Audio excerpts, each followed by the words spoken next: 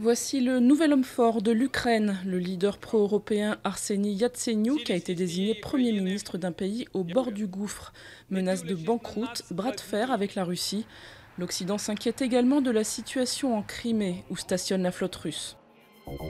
2 ans après le drame du Concordia, celui que certains surnomment le capitaine Poltron est remonté à bord.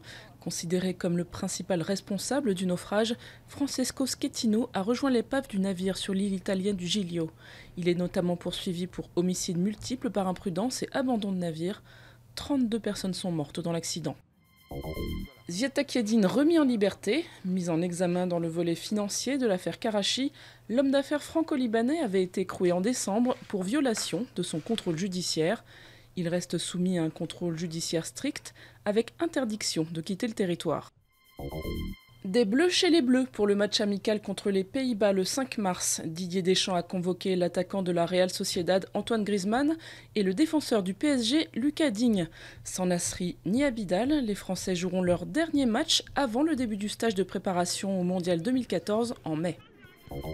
Voilà qui va entretenir le cliché du mal latin au sang chaud. Selon une enquête IFOP, les Français et les Italiens sont champions d'Europe de l'infidélité.